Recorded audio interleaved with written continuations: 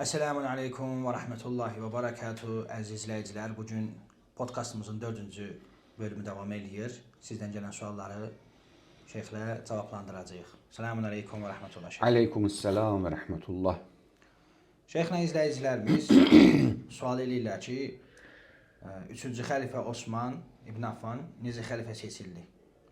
Və bu sualın zimnində də həmçinin soruşurlar ki, bəziləri müzakirə edirdi şərhimizdə ki, Ömərin ikinci xəlifə, Ömərin ölümündən sonra qurulan 6 nəfərlik şura hansı əsaslarla Osmanı seçdi və belə bir məsələ oldu ki, Həzrət Əli əleyhissalam kimi şəxsiyyət dura-dura bu cəmaət necə oldu ki, Həzrət Əli əleyhissalamı kənarda qoyub Osmanı seçdilər? Bu gecəki İmam Əli Ən-Nəqi əleyhissalam, İmam Hadi əleyhissalamın şəhadət gecəsidir. Bu münasibətlə bütün İmamın bütün şiyələrinə başsağlığı deyirik. Allah Taala İmam Hadi əleyhissalama xatir hər bir şiyənin nə müşkülü var, nə problemi var, o Həzrətin Əli ilə müşküllərini həll eləsin. Amin inşallah. İslam tarixinin ən necə deyirlər, xoşagəlməz və çətin mərhələlərindən biri Əli əleyhissalamın şurada boykot edilməsi məsələsi idi. Əvvəlcə bir balaca önə gedək, mən Ömərin sağlığı dövrünə. Şiə alimləri daimən bu sözü deyirlər ki, yaxşı, ay sünni cəmaatı, siz iddia edirsiniz ki, Peyğəmbər sallallahu aleyhi və alihi və səlləm özündən sonra xəlifə seçmədi. Bəs Peyğəmbər xəlifə seçməmişdisə, onu özünə rəva bilməmişdi, onda Əbu Bəkirə kim icazə vermişdi ki, özündən sonra Öməri seçsin? Əgər xəlifə seçmək yaxşı şeydirsə, Peyğəmbər niyə tərk eləmişdi? Pis şeydirsə, Əbu Bəkir niyə o iş gördü? Hansı görürük ki, Əbu Bəkir özündən sonra Öməri xəlifə təyin elədi. Eləcə də Ömər də yaralanıb ölən zaman, belə deyək də, ölüm yatağında olanda çağırdı müsəlmanların, səhabələrin, böyüklərin ki, mən ölüb gedirəm, məndən sonra xəlifə şura tərəfindən seçiləcək və 6 nəfər bu şuranın üzvü olacaq. Kimlərdir onlar? Əli əleyhissalam, Zübeyir, Təlhə, Osman, Səd ibn Əbi Vəqqas və Əbdurrahman ibn Avf. Bu 6 nəfər şura olacaqlar. Öz içlərindən kimi xəlifə olaraq seçərlərsə, o adam da xəlifə olacaq. Yox, əgər bərabərə qalarlarsa, 3-ün 3-ə qalarlarsa, onda Əbdurrahman ibn Avf hansı tərəfdə olarsa, onların təyin etdiyi xəlifə olacaq. Və Ömərin də zalimanə atdığı addımlardan biri bu məsələ idi. Niyə görə Əbdurrahman ibn Avfun nə özəlliyi var? Sanki Ömər siyasəti ilə yaxşı başa düşürdü ki, bu qurduğum şurada Əli əleyhissalam hakim seçilə bilməyəcək. Xəlifə seçilə bilməyəcək. Niyə görə? Çünki böyük ehtimal ki, Təlhə və Zübeyir əleyhissalam tərəfində olacaq. Səd ibn Əbi Vəqqas, Əbdurrahman ibn Avf Osman tərəfdə. Bunlar da bu tərəfdə. Və şərti bu cür qoydu ki, Əbdurrahman ibn Avf hansı tərəfdə olacaqsa, onların təyin etdiyi xəlifə olacaq. Və Əbdurrahman ibn Avf da təbii ki, Osmana səs verəcək. Çünki yeznə qayn idilər. Yəni, Osmanın bacısı Əbdurrahmanın arvadı idi. Yəni, yeznə qayn idilər və həm də yaxın dost idilər. Yəni, belə çıxış ki, ailəvi siyasətdir. Bəli, də bir siyasət idi ki, Əli əleyhissalamı hakimiyyətdən uzaqlaşdırmaq üçün. Və elə ki, şura quruldu, Əli əleyhissalamın müfəssəl bir hədisi vardı ki, yeri yoxdur, yəni vaxt yoxdur ki, onu söhbət eləməyə, uzun müfəssəl. Kinoda da elə biləm Əli əleyhissalamın filmlərinin birində də var o şey. Sizə and verirəm Allaha, mən deyildim filan işi gördüm, mən deyildim filan işi gördüm. 30 neçə dən onlardan belə deyək də and alır ki, bəli, bu işi sən gördün, bu özəllik sənə aiddir, bu fəzilət sənə aiddir. Xülasə, Əbdurrahman ibn Avf Əli əleyhissalamın qabağına şərt qoyur ki, ya Əli, sənə beyət edirik. Bu şərtinlə ki, Allahın kitabına, Peyğəmbərin sünnəsinə və Əbu Bəkir və Ömərin getdiyi yola söykənib xəlifəlik eləyəsən. Əli əleyhissalam dedi ki, Allahın və Peyğəmbərin, Allahın kitabı və Peyğəmbərin sünnəsini qəbul eləyirəm. Bəs onda məndən niyə görə tələb eləyirsən ki, Əbu Bəkir və Ömərin getdiyi yolla gedəm? Şeyxeyn deyildir, olaraq şeyxeyn, yəni Əbu Bəkir və Ömər. Əgər Əbu Bəkir və Ömər Allahın kitabı və Peyğəmbərin sünnəsi ilə gediblərsə, onu orada niyə şərt qoyursan? Getməyiblərsə, məndən niyə tələb eləyirsən ki, mən onların getdiyi yolla gedim? Ya onlar Allahın sünnəsindədir, ya sünnəsindən kənardadır. Sünnəsindədir, sonra böğrünə niyə şərt qoyursan? Onsuz da gedirəm də o yolu. Yox, əgər sünnədən kənar bir şeydirsə, məndən hansı əsasla tələb edirsiniz ki, sünnədən kənara çıxım və Allahın kitabına və Peyğəmbərin sünnətinə qarşı gəlib xilafəti qəbul edeyim. Yəni bu öz-özlüyündə Ömərdən Əbu Bəkirin artıq bir yolda olduğuna dəlalət edir. Sanki özləri etiraf edirlər ki, Allah və Peyğəmbərin sünnəsindən, yolundan kənar bir yolla gedirlər ki, ona görə Əli əleyhissalamı məcbur eləmək istəyirlər ki, həmən o qayda ilə hökuməti idarə eləsin. Xülasə Əli əleyhissalam onların şərtini qəbul etmədiyi təqdirdə, dedilər onda gərək Ömərin qoyduğu qanunu qəbul eləyək. Çünki üçə-üç qaldılar. Təlhə və Zübeyir əleyhissalam tərəfində idi. Səd ibn Əbi Vəqqasla da Əbdürrəhman ibn Avf Osmanın tərəfində idi. Ona görə Əbdürrəhman ibn Avf dedi ki, mən Osmana beyət eləyirəm və məcbur qaldılar ki, yəni Əli əleyhissalam tərəfi də artıq məcbur qaldı ki, o razılaşmaya getsinlər. Yəni istəsələr də, istəməsəydilər də getməlidir. Çünki getməsəydilər daha böyük fitnə yaranacaqdı. Ona görə Əli əleyhissalam sanki əvvəlcədən məğlubiyyəti bəlli olan bir şuraya vadar edilmişdi və məcbur edilmişdi. Zəhra Sanullah Eleyhanın ki, evinə hücum oldu. Orada Osman ibn Affanın yaxından, uzaqdan iştirakı və yaxud rolu var idimi? Təbii ki, Əbu Bəkir və Ömər qədər rolu yox idi, amma onun da bir rolu olub. Ona görə də bir hədisi istəyirəm ki, oxuyam. Şeyx Müfid Rıdvanullahi aleyh özünün Əl-İxtisas kitabında səhifə 195-ci səhifədən başlayır. Bizə lazım olan hissəsini oxuyuram. Deyir ki, adam göndərirlər. Bir nəfər deyir ki, mən də həmən vaxt oradaydım. Yəni Əbu Bəkir və Ömərin dəstəsi Səd ibn Bəni Saidənin səqifəsində, həmən o yer ki vardı, Bəni Saidənin səqifəsi deyirlər. Orada Əbu Bəkir xilafətə təyin etdiyi vaxt mən də oradaydım.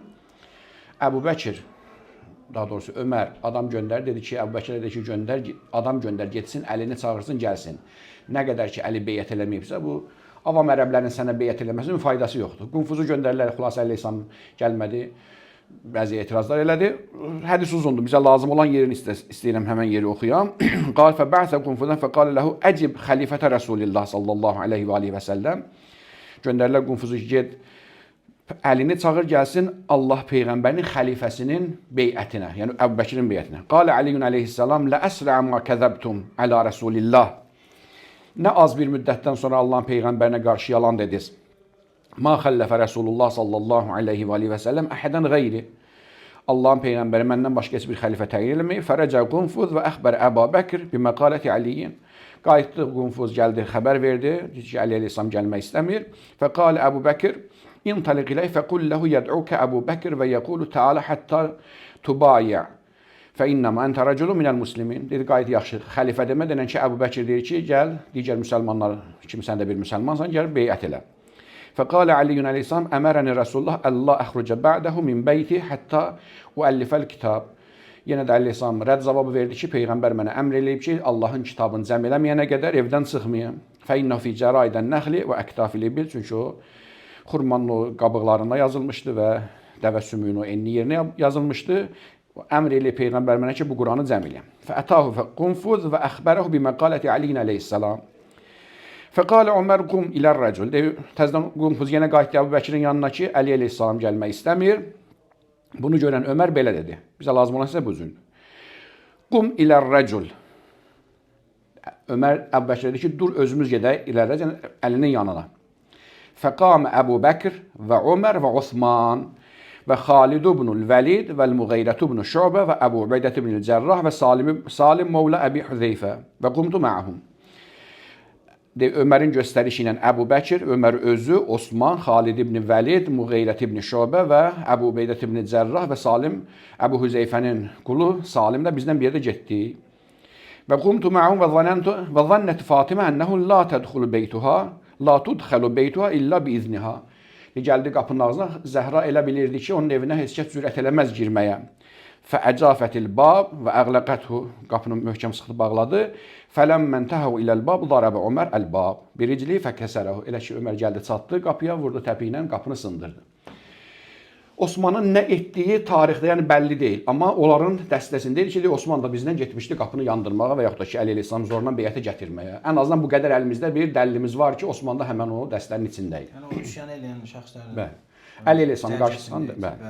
Osmanın hakimiyyəti dövründə Beytülmalı talan edərdimi? Bəli. Yəni çünki Osmanın qohumbazlıq siyasəti Ümeyyə oğullarının öz qohumlarını vəzifələndirirdi, vəzifəyə gətirirdi və Beytülmalı şəxs mülk kimi istifadə edirdi.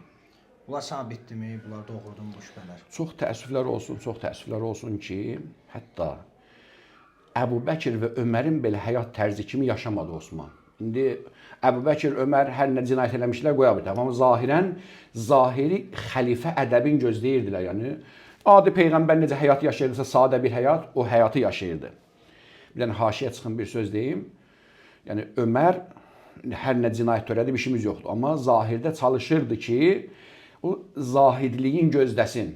Var, özüm rivayətdə görməmişəm, ustadlardan biri nəql edirdi ki, istəyirəm ki, Ömərlə müqayisə edirəm, bundan sonra gələm Osmanın üstünə. Deyir ki, İmam Həsən əleyhissalam hansısa bir iş üçün, indi bəziləri ki, Ömərin qoşun komandirlərindən biri də İmam Həsən əleyhissalam deyir, hər hansı bir iş üçün Ömərlə görüşməyə gəlir. Zahirən qoşun komandiri idi, ya bir iş dalıcan gəlmişdi. Ömər də içəridə idi. Qapıçı gəldi, dedi ki, Həsən ibn Ali salamullah ilə gəlib görüşmək istəyir, dedi ki, gözləsin. Deyir ki, İmam Həsən əleyhissalam gözlətdi qapının ağzında, çörək yeyirdi içəridə. Oğlu Əbdullah ibn Ömər öz otağından keçəndə atasının otağına gördü ki, quru çörəyi batırır, sirkəyə qoyur ağzına yeyir. Deyir, gülümsəyərək dedi ki, özünü əli ilə müqayisə eləyirsən, onun axirəti var. Gətirən sözə, yəni sən də əli kimi özü yaparsan ki, quru çörəklə sirkəyə batırıb yeyəsən. Yəni xəlifədir müsəlmanların ölkəsinin eni uzunu yoxdur, çox böyük bir ölkənin böyüyüdür, padşahıdır. Hər cür istəsə yemək yeyə bilər, amma sirkə çörəyə batırıb qoyur ağzına yeyir. Deyir ki, Ömər qayıtdı, oğluna bu söz dedi. Dedi, əgər mən sirkə çörəyi yeməsəm, Həsən ibn Əlini qapının ağzında saxlaya bilmərəm. Yəni, heç olmasa zahiri o şəkili gözləməliyəm ki, mən cəmaatı allada bilim ki, Peyğəmbərin xəlifəsi Peyğəmbərə oxşayır. Osman hətta bunu da eləmədi, zahiri gözləntilərini gözləmədi. Elə bir ki, tamamilə dünyəvi padşahlar, dünya qulları necə eş-işrət içində yaşayırdı. Qızıldan, gümüşdən, nə bilim, bərbəzəyli paltardan, nə bilim, evdən, eşikdən, saray kimi düzəltməkdə. Yəni, tamamilə Peyğəmbərin sünnəsini alt-üst elədi. Hətta dediyim kimi, Əbu Bəkir Ömərin də getdiyi yoldan getmədi. Və Beytülmalı başladı nə eləməyə? Bəni Üməyyəyə dədəsinin malı kimi paylamağa. Çoxlu insanlar etiraz elədilər və çoxlu insanlar bu etirazlarının ağrı acısını çəkdilər ki, əsasən ikisinin başda demək olar ki, biri Əbu Zər Rıdvanullah ilə, biri də Əmmar. Əbu Zəri diyar-diyar niyə sürgün eləyirdi? Bir tərəfi əgər Əbu Zər Əli əleyhissalamın haqqını müdafiə edirdi, digər tərəfdən də Osmanın hərəkətlərinə etiraz edirdi ki, bu cür xəlifə olmaz, Peyğəmbərin xəlifəsi belə olmaz. Milyon yeni ölkələr, xüsusən də Afrika istiqamətində ölkələr fəth olunurdu. İslam büdcəsinə, İslam xəzinəsinə milyonlarla dirhəmlər, dinarlar pul gəlirdi. Vaxtımız yoxdur. Tarixdə qeyd ediblər. Əmisi oğlu filan kəsənəm 1 milyon verirdi, filan kəsənəm yarım milyon verdi, filan kəsi filan qədər verdi. Əcib qərib rəqəmlər, yəni və ağlı heyrətdə qoyacaq rəqəmlər. Etiraz deyiləndə deyir ki, Allah Quranda silə ərham deyir, yaxınlarınıza yaxşılıq edir. Mən yaxınlarıma yaxşılıq edirəm. Bu əmim oğludur, bu dayım oğludur, bu filan kəsdir. Eyni zamanda ki, hakimiyyətə gətirirdi Bəni Üməyyəni, eyni zamanda da Beytülmalı dədəsinin malı kimi, elə belə özünün şəxsi malıdır, paylayırdı. Etiraz eləyənləri də Əbu Zəri sürgün eləmişdi Şama. Əmmar etiraz eləyəndə var tarixdə deyir ki, elə təpiyi vurdu ki, qırıcası partladı, fətq deyirlər. Yəni Əmmar kimi bir şəxs ki, Peyğəmbər o qədər ehtiram edirdi və Peyğəmbər buyururdu ki, Əmmar təpədən dırnağa qədər təqva ilə, imanla doldu. Elə bir şəxsi vurdu ki, sən mənə niyə etiraz eləyirsən? Mən necə istəyərəm, o cürdə mən xəlifəm, bildiyim kimi hərəkət eləyərəm. Və həmən etiraz eləyənlərin içində Ayşə də var idi, Əli əleyhissalam da var idi, Zübeyir də var idi, Təlhə də var idi. Xülasəni Peyğəmbərin ətrafında o böyük şəxsiyyətlər ki vardı, istər müsbət qəhrəmanlar, istər mənfi qəhrəmanlar. Hamıza demək olar ki, Osman'a etiraz edir ki, bu cür dövlət idarə eləmək olmaz. Yeznəsi Mərvan ibn Həkəmi gətirmişdi özünə, belə deyək də, mühasirəsi sekretar qoymuşdu, birbaşa qapısının ağzında oturan. Kimi istəyirdi buraxırdı, kimi istəyirdi buraxmırdı. Kimə istəyirdi, istədiyi qədər yazırdı, qollatdırıb verirdi o Beytülmaldan, kimi istəyirdi rədd eləyirdi, acından öldürürdü. Mərvanın qardaşı Harisi nə bilim hara xəlifə təyinləmişdi və belə demək olar ki, yəni, sanki İslam xilafətin əməviləşdirmişdi və elə biləm ki, bu siyasətdə Osmanın öz siyasəti deyildi, əmisi kimin siyasəti idi? Muaviyyənin atası Əbu Süfyanın siyasəti idi. Tələqqəfu və tələqqüfəl kurə. Necə ki, rivayətdə var ki, Osman deyirəm, Əbu Süfyan yığdı oğlanların, əmisi uşaqları, yəni Ali Üməyyəni yığdı, dedi ki, Bunlar boş-boş şeylərlə, nə Allahın vəhiy gəlib, nə Quran yoxdur. Bunları buraxın. İstifadə edin. Tələqqəf və tələqqəf vəl kurə. Bunlar deyirlər, futbol topu kimi atın bir-birinizə. Elə elin ki, sizin əlinizdən çıxmasın bu xilafət. Keçirdiniz ki, caynağıza bir-birinizə ötürün. Və huzur elədilər. Bəni Ümeyyə xilafəti, hakimiyyəti caynağına keçirdəndən sonra artıq heç kəs oradan pay vermək istəmədilər. Xülasə, demək olar ki, İslam xilafəti dövründə Osman qədər Beytülmal israfçasına, öz qohum əqrabasına xərcləyən olmuyor və bəhanə də gətirirdi ki, Allah Taala silə-i ərhamı, qohumlara yaxşılıq eləməyə əmr edir. Ona görə mən qohumlara yaxşılıq etməliyəm. Sizin haqqınız yoxdur mənə etiraz eləməyə. Amma fikirləşmirdi ki, insan öz malından qohum əqrabasına verə bilər. Osmanın, nə digərinin dədəsinin malı deyildi ki, o Allahın mülkü idi və Allah da onu əmr eləmişdi ki, fəqir-füqara arasında, yatakiliyə qoşun arasında, əsgərlər arasında bölünmək üçün o Beytülmal təyin olunmuş. Nəinki deyək, Bəni Ümeyyə yedirtmək üçün. Bu Mərvan barəsində şeyxlə Peyğəmbərin hədisləri olmalı idi, səhv eləmirəmsə də. Var ki, Peyğəmbər sallallahu aleyhi və aleyhi və səlləm görür ki, Mərvanın atası Mərvan ibn Həkəmdir. Həkəm dəvəni minib, Mərvan dəvənin arxasından sürür ya qardaşı qabağından çəkir, biri qabaqdan tutub nöqtasından sürür, bir də arxasından vura-vura aparır. Həzrət buyurur ki, Lə'ənəllahu rəkibə vəl-qaidə vəs-saiq. Allah o dəvəyə minənə də lənət eləsin, sürənə də lənət eləsin, qabaqdan çəkib aparanə də lənət eləsin və Peyğəmbərin neçə nəfər Mədinədən qovdurduğu şəxs vardı. Bir də Mərvandır ki, Osman gətirdi hakimiyyətə və külli ixtiyarı vermişdi onun əlinə.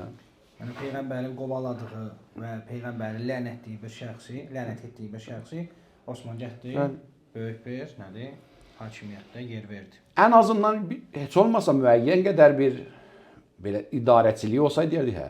Əslində nə idarəçiliyi yoxdur bu insanda. Məsələn deyək, Maviyə şeytan da olsa bir idarəçiliyi vardı. Mərvanda o idarəçiliyi də yoxdur. Darmadağın eləyirdi. Heç bir şey yoxdur yəni.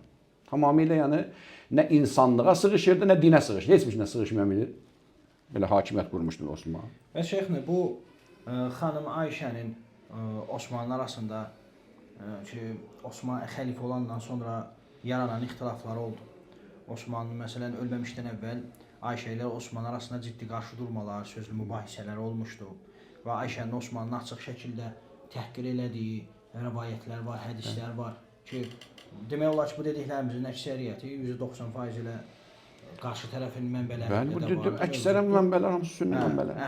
Əhli sünnə mənbələrdir və onlarda zaten olardı, məsələn deyirlər ki, sahabələrin hamısı adildir və sahabələr ulduzlar kimidir və s. Bəs bu sabitdirmi yəni? Bəli. Nə üçün qarşıdurmalar baş verir? Əvvələn bunu qeyd eləyək ki, indi Ayşənin Ali Əli ilə, xanım Zəhra ilə deyək, Əli Rəsəmin ailəsinin problemi var öz yerində, amma onlarla da başqa bir problemi yaşayırdı. Mümkündür Ayşənin ona olan etirazı 3 formada mümkün tarixdən təhlil edib çıxartmaq olar. Demirəm ki, Ayşə dedi filan şeylər görə eləyirəm. Bir mümkündür buna görə idi ki, atam hakimiyyəti verdi Ömərə, Ömər də verməlidir qardaşlarıma, ya bizim nəslə. Niyə ötürülməlidir ora? Niyə Bəni Ümeyyə getməlidir? Sanki içindən bir hisslər var idi ki, yəni Əbu Bəkir övladlarında hakimiyyətə daha ləyaqətli şəxslər olduğu halda niyə görə Osmana keçməli idi hakimiyyət? Sanki bir içindən bu hisslər var idi ki, bizim nəslə qayıtmalı idi. İkincisi, Ayşənin ona əsas etirazlarını bayaq da qeyd elədi, Beytülmalı darmadağın eləməsidir. Ayşə xəlifə qızı olmuşdu, ən azından 2 il xilafətdə oturan bir şəxsin qızı idi, gündə onun evinə girib çıxan adam idi. Bilirdi ki, atası bu cür yeyib dağıtmır.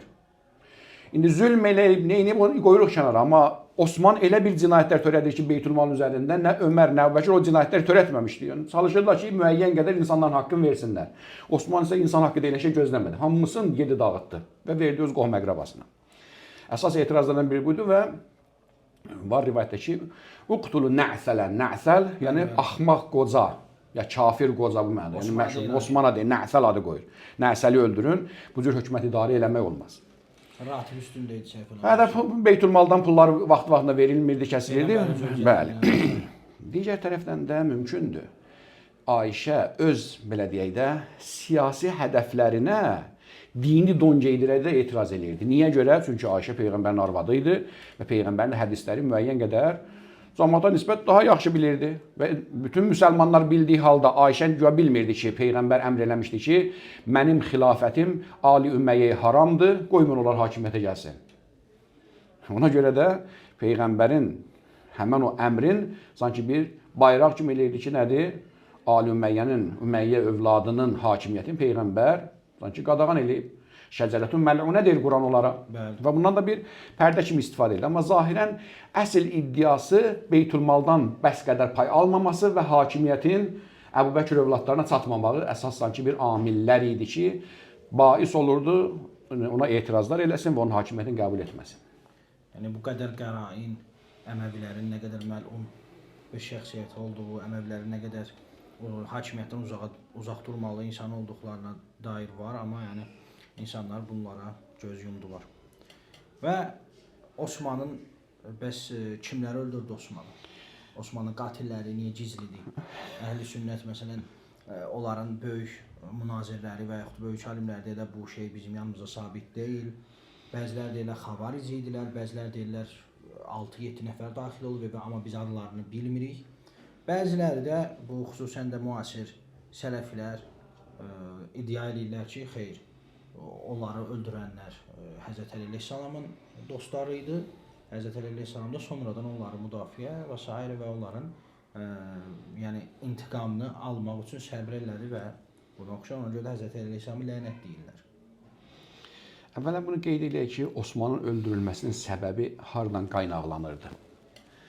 Tarixçilərin yazdığına görə və öz-özünüzə qeyd edərsiniz ki, əsas tarixlər hamısı sünni alimlərinin yazdığı, yəni şiələr o qədər çox tarix yazmayıblar. Tarixçilərin yazdığına görə Osman eyni zamanda bayaq da qeyd elədi, Beytülmalı insafsızcasına öz qohum-əqrabasına paylayırdı. Eyni zamanda dövlət postlarının, dövlət vəzifələrində Bəni Ümeyyin arasında paylayırdı. Misirin hakimi Əmrasıdır, Əmr ibn As, lənətullahi əleyh. O da zibildir, işimiz yoxdur. Amma sanki Misir xalqı müəyyən qədər onun hakimiyyətinə razı idilər. Misirin hakimiyyətindən Əmrası çıxartdı, yerinə əmsi uşaqlarından Əbdullah ibn Əbi Sərh nədir, amma onu şəxsi qoydu hakim. Və cəmaət da etiraz elədilər ki, biz bunu istəmirik. Misirin icra hakimi olaraq, valisi olaraq bunu istəmirik. Biz istəyirik Əmras qayıtsın. Bu tələblə durdular Misirdən gəldilər Mədinəyə, yəni paytaxta gəldilər və fikirləşdilər ki, kimi öz aralarından vasitə salsınlar. Dedilər ki, Əli əleyhissalamın sözü keçər. Əli əleyhissalamı belə dedilər, o nümayəndələrin arasında bir vasitə kimi Osmanla görüşdürdülər. Əli əleyhissalam da getdi cəmaatın şikayətini dedi ki, Osman bu cür olmaz, cəmaat inciyib, narahatdır, bu cür məsələlərdən əl çəkilən. Zahirdə sanki qəbul etmək istədi. Bir cür bitər, sakitləşdirdilər cəmaatı, Misirdən gələn cəmaatı, 30 nəfərlər, 40 nəfərlər nə qədərdilərsə. Gör məktub yazdı ki, hə, mən artıq təzədən Əmrası öz işinə bərpa eləyirəm. Getdilər yolda, başa düşürlər məktubu, oxudular, yardan xəbər çatdı. Açdılar, görürlər ki, məktubda yazılıbdır ki, bu adamlar gələndən sonra həbs elə və yaxud da ki, cəzalandır və yaxud da ki, öldür. Nəsə bir ciddi şəkildə tədbir gör bunların üçün. Yəni, o hakimi ki vardı, əmsi uşaqların Əbdullah ibn Əbi Sərh nə idi? Həmən şəxs özü də o deyilər ki, mürtədd olub bir dəfə də dindən çıxmışdı. Mürtədd olan bir şəxs təzədən İslam'a daxil olan, hansı ki onun cəzası öldürülmək idi. Ondan belə yenə də gətirdi, Misirin icra hakimi qoymuşdu. Elə ki bu yolda məktubu oxudular, gördülər ki, Osman nəinki öz əmisi uşaqlarının olan həmən Əbdullah ibn Əbi Sərhi hakimiyyətdən uzaqlaşdırmır, bəlkə də neynir? Təzədən hakimiyyətə qaytarır. Ona görə də qayıtdılar, gəldilər, hücum elədilər. Əli əleyhissalam da, istər öz oğlanları İmam Həsən əleyhissalam, İmam Hüseyn əleyhissalam və yaxud da kəmsi uşaqları, dayısı uşaqları, belə deyil, ətrafındakı cavanlara əmr elədi ki, gedin Osmanı qoruyun.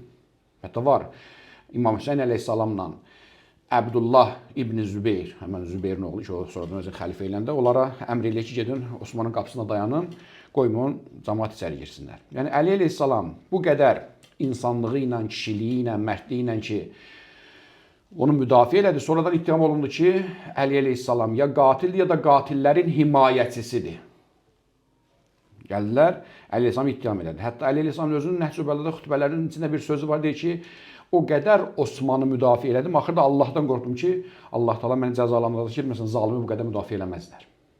Əli əleyhissalamın məqsədi həqiqətdə Osmanı qorumaq deyildi. Əli əleyhissalamın məqsədi İslamda çox bir pis bidət qoymaq istəyirlər ki, ölkə başçısını öldürmək.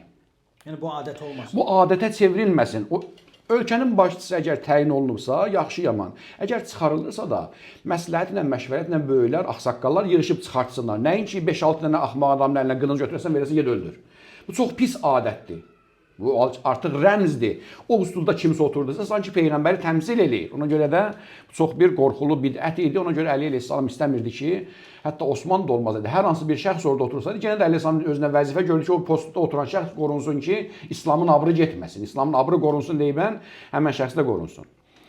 Amma həmən o hücum eləyənlər ki, Misirdən gəlmişlər, hətta çoxları ittiham eləyir ki, Malikəşlər də onların içində idi, Muhammed ibn Əbi Bəkir də onların içində idi, Təlhə də onun içində idi, Zübeyir, yəni Əli əleyhissalamın ətrafında olan ki, sonradan o əleyhissalamı qaçdılar da, əvvəldən Təlhə, Zübeyir əleyhissalamın yanında olan şəxslər idilər. Onlar, yəni qarşı tərəf iddia elədi ki, Əli əleyhissalamın tərəfində olanlar girdilər, öldürdülər. Amma zahirən orada içəri girib öldürənlər, yəni çox da başda gedən adamlar deyildilər. Belə səhradan gəlmiş bir adamlar da girdilər, vurdular, öldürdülər. O ləkə qaldı Əli əleyhissalam üstündə və böyük ehtimal ki, həmən onun o proqramın cızanda kim idi? Muaviyə idi. Çünki Muaviyə bilirdi ki, Osmanın evi mühasirədədir və Osman da ona məktub yazmışdı ki, qoşun göndər Şamdan məni müdafiə eləsin. Muaviyə siyasət əhli idi. Osman kimlərin onun aparardı, bulağa susuz qaytarardı. Neynəsin, nətər eləsin? Ha, bugün Hasəbə Yubada qoşunu göndərmədi ki, Osman öldürülsün. Ondan sonra o artıq ərəbdə bir məsələ çevrilmişdi ki, Osmanın qanlı köynəyi. Bu artıq bir kinayə idi. Yəni kim ki suyu istifadə ilə nəsə bir hədəfinə çatmaq üçün başqa bir günahsızı günahkar çıxardır, ona deyilir Osmanın qanlı köynəyi. Osman öldürüləndən sonra ki, onun köynəyini götürürlər qan bulaşmış şəkildə. Muaviyə və onun tərəfdarı özləri üçün bayrağa çevirdilər ki, bizim əmimiz oğludur, günahsız öldürülübdür. Əli, ya sən öldürmüsən, ya da öldürtmüsən. Əgərsə də öldürtməmisənsə, onda qatilləri bizə ver. Əli Əsam deyir ki, mən nə heç kəsə əmr eləməmişəm, nə də onu öldürtməmişəm və mənim orada da rolum yoxdur, əksinə mən müdafiə eləmişəm.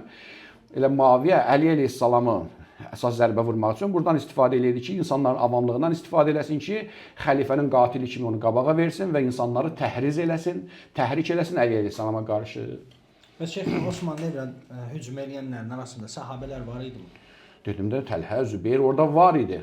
Amma içəri girib öldürənlər tarixdə tam bəlli deyil kimi də öldürən. Var, bəzi adamların adlarını deyiblər, amma o ki, Peyğəmbərin böyük səhabələri ki, başda gedən insanlardır, onların adı yoxdur orada. Bəs bu Ayşə vaxtı ilə necə ki, Osmanlı belə pis rəftar eləyirdi, münaqişələri olurdu və s. Necə oldu ki, Osmanı öldürdükdən sonra bu sahabələr Osman Beytülmalı talan elədi və ona görə müsəlmanlar Osmanı öldürdülər. Necə oldu ki, bunun tərəfi dəyişir, başlayır təhqir elədiyi, mübahisə elədiyi şəxsin intiqamını almaq üçün cəmaata üsyana qaldırır ki, biz Osmanın intiqamını almalıyıq. Halbuki ondan qabaq çox təəssüflər olsun ki, çox təəssüflər olsun. Bəni Adəm fərqi yoxdur, istər qadın olsun, kişi olsun. O dünya hərisliyi ki var, dünya pərəstliyi ki vardı, o insanın belə deyək də qanına hopmuş bir pis xislətdir. Əgər insan ya məsum olmalı, ya da nəfsi ilə o qədər mübarizə aparmalıdır ki, o xislət insandan uzaqlaşsın. Nə qədər insan özü ilə mübarizə aparmayıbsa və məsum da deyilsə, dünya eşqi, dünya hərisliyi insanın qanından çıxmaz. Ayşə görəndə ki, indiki artıq Allahın istədiyi kimi idarə olunmur, kimin kefi necə istəyir, o istəyir, dedim, yaxşı onda xeyir ola, mənə çatmasın. Bəs ondan necə istifadə eləməli idilər? Baxır, bir bəhanə olmalı idi. Təlhə və Zübeyrə qoşulub, onların iddiasına vurdu ki, Əli əleyhissalam Osmanın qətlində iştirak edənləri himayə elədi, onları nə bilim gizlətdi, nə bilim elədi. Eyni Muaviyə siyasətdə. Əslində, sanki Muaviyə də, Ayşə də hər ikisi bilirdi ki, hakimiyyətin real namizədi kimdir? Əli əleyhissalamdır. Əli əleyhissalamı səhnədən uzaqlaşdırmaq üçün sanki bir vasitə görürdülər.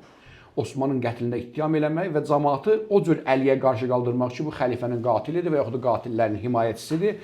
Ona görə bunun xilafətə gəlmək, hakimiyyətə gəlmək haqqı yoxdur. Əlini hakimiyyətdən uzaqlaşdırıb, öz hakimiyyətlərini bərqərar eləmək üçün Əli əleyhissalamı nə edirdilər? İttiham edirdilər. Ancaq bir dənə bir şey deyim. Məmun atasına deyəndə ki, Haruna deyəndə ki, bəs indi ki deyirsən, Ali Haşimdə İmam Musa Kazım əleyhissalamdan yuxarı bir şəxsiyyət yoxdur. Niyə hakimiyyəti vermirsən? Dedi ki, ey bu nə? Əl-mulku əqim. Mülk, padişahlıq əqimdir. Nə oğul tanıyır, nə qardaş tanıyır, nə əmi tanıyır, nə dayı tanıyır. Əgər sən oğlum, biləm ki, mən diriyikən, mən atan diriyikən, bilsəm ki, kürsümə göz dikmisən, bu taxtıma göz dikmisən, sən də başını kəsərəm. Yəni, mülk şirin şeydir. Ayşə görəndə ki, Osman öldürüldü, artıq bir dənə belə deyək də, gözəl bir şərait yaranıb hakimiyyətə gəlmək üçün niyə gəlməsin? Peyğəmbərin arvadıdır və birinci xəlifənin qızıdır və cəmaət də allanıb onun məsələn deyə bəzi hədislərlə nə bilim nəyə. Ona görə də özünü namizəd görürdü. Namizəd gördüyü üçün də Əli əleyhissalamı səhnədən uzaqlaşdırmaq üçün bir dənə bəhanə idi düşmüşdə əllərinə ki, uzaqlaşdırsınlar. Yəni xəlifə olmaq istəyir. Əlbəttə, niyə olmaq istəyir? Xəlifə olmayacaqdı, məsələn fərzən qardaşlarından birini verəcəkdi qabaq, özü idarə edəcəkdi arxadan. Lakin məsələn nə qədər tarixdə nə qədər olubdu ki, qadınlar hakimiyyətə gəlməsələr də pərdənin arxasından xəlifələri idarə ediblər. Bəli. Bəs son olaraq şeyxlə bu hadisələr ki baş verdi, Osmanlı qətlə yetirdilər, sonra gəldilər Həzrəti Əli əleyhissalamın yanına ki, biz bunu neyniyək? Bunun leşi belə deyək də, bədəni yerdə qalıb, bunu necə dəfn eləyək və s. Osmanlı hara dəfn elədilər? Deyilənlərə görə bu Yahudilərin qəbirstanlığına dəfn elədilər, çünki Yahudilərdən çox oturardılardı və müsəlmanlar zahirən onu dəfn eləmədilər, çünki elə Yahudilər özləri onu dəfn elədilər. 3 günə qədər deyirlər ki, Osmanın cənazəsi qaldı, heç kəs yaxın durmadı. Niyə görə? Çünki Əli əleyhissalamın tərəfdarları, Əli əleyhissalamın əmrini oturdururdular. Öncəki xəlifələrin də ardıcılları nə idilər? Ta ki, Ayşənin, ya ta ki, böyük səhabələrin əmrini. İndiki Ayşə əgərsə Osmanı kafir görsə, Nə'səl adı qoyursa, bu yandan da Əli əleyhissalamın adamları, Əli əleyhissalamın göstərişini yaxın durmursa ki, bəzi şübhələrdən uzaq gəzilsin, Bəni Ümməyyə də artıq görürlər ki, yaxın durmalı deyil. Bəni Ümməyyə görürlər ki, belə deyək, tükan tozludur. Kim yaxınlaşacaqsa, o da ittiham olunacaq, öldürüləcək, basılacaq, kəsiləcək. Artıq cəmaət o qədər bezmişdi. Əvvəldən də qeyd elədik ki, o qədər xalqa zülm eləmişdi, o qədər haqqını yemişdi, cəmaəti əzmişdi, incitmişdi. İqtisadi cəhətdən, nə bilim deyək, şərəf cəhətindən, şəxsiyyət cəhətindən, hətta səhabələri bezdirmişdi. Əbu Zər ya Əmmar peyğəmbərin ən böyük səhabələri idi. Sünni də qəbul edib, şiə də qəbul edib. Onlara bu cür amansız davranan balaca səhabələrlə eyniyər. Peyğəmbərin daimən belə deyək də, cinah yoldaşı olan şəxslərlə bu cür cobud rəftar edən, bu cür vəhşi kimi rəftar edən o bir səhabələrin anasını da ağladar. Ona görə hamı bezmişdi. Ona görə sanki bir dəstəndə ürəyindən tikan çıxmışdı, qoy qalsın orada. Qoy o, məsələn, meyit qalsın orada. Ondan sonra götürdülər, apardılar, atdılar zahirən oradakı müsəlmanlar gəlməmişdən qabaq, elə həmən yer qəbristanlığıdır. Çünki orada müsəlman yox idi ki. Bir hissəsinə yavaş-yavaş müsəlmanlar bastırıldı. Elə bir qəbristanlığın bir başı müsəlmanlara idi, o bir başı nə idi? Yahudilərin qəbristanlığı. Görürlər ki, bastırmada apardılar, atdılar Yahudilər tərəfindən. Kim bastırdı, mən deyə bilmərəm. Çünki tarix müəmmalıdır.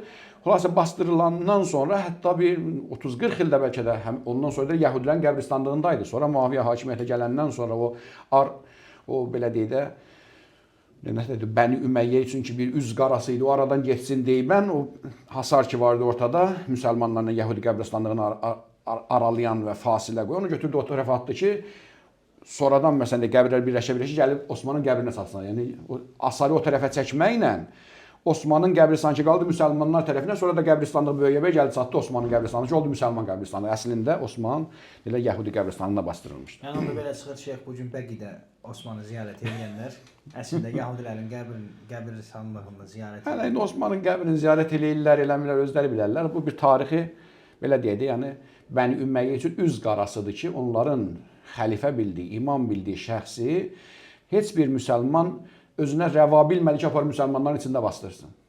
Yəni Bəni Ümməyyə, ola ki, döşlərinə dölə indinin özündə də biz Bəni Ümməyyənin balasıyıq, Şamı fəth elədik, Zolanı gələndən sonra çıxıb deyirlər axı. Bəni Ümməyyə hakimiyyətə gəldi. Bəni Ümməyyə əgər doğrudan düz idisə, ən böyük Osman idisə, meyidi 3 gün qaldı. Heç kəs bastırmadı ki, nədir? Bu mundarda bunu müsəlman qəbristanlığında bastırmaq olmaz. O bir dənə sufi var, deyir, çığıra-çığıra, Osman, o şəxs ki, bir rükətdə Quranı xətmə eləyərdi namazda. Belə, bu günlük bu qədər, əziz və dəyərli podkast izləyiciləri. İnşallah sizdən gələn sualları izləyib və şeyximizlə çalışacağıq onlara cavab verək. Salamat qalın, Allah amanında.